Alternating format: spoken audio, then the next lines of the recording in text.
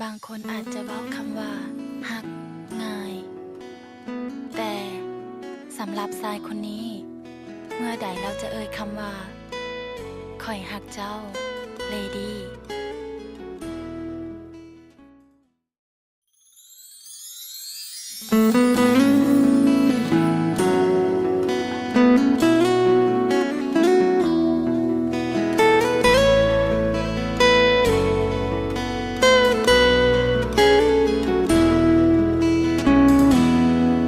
จากเมืองหลวงแสนสีวิไลจากเดินไกลเข้ามาอยู่บ้านป่ามีภูเขาและพงพนากับทุ่งหญ้าและความจริงใจได้มาพบน้องสาวคนนี้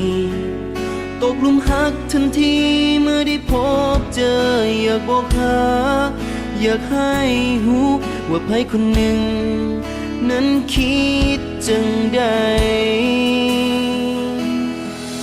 อยากจะบอกว่าคอยหักเจ้าแต่บ่รู้ว่าเจ้าคิดจังใดอยากจะบอกว่าหักเจ้าเหลือหลายหักเจ้าบ่เสื่อมคลายคอยหักเจ้า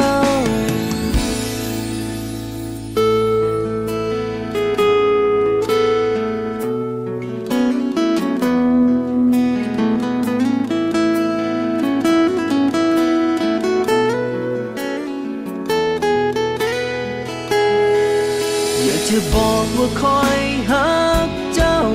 แต่บ่รู้ว่าเจ้าคิดจังใดอยากจะบอกว่าหักเจ้าเหลือหลายหักเจ้าบ่เสื่อมคลายอยากจะบอกว่าคอยหักเจ้าแต่บ่รู้ว่าเจ้าคิดจังใดอยากจะบอกว่าหักเจ้าเหลือหลายหักเจ้าบ่เสื่อมคลายคอยหักเจ้า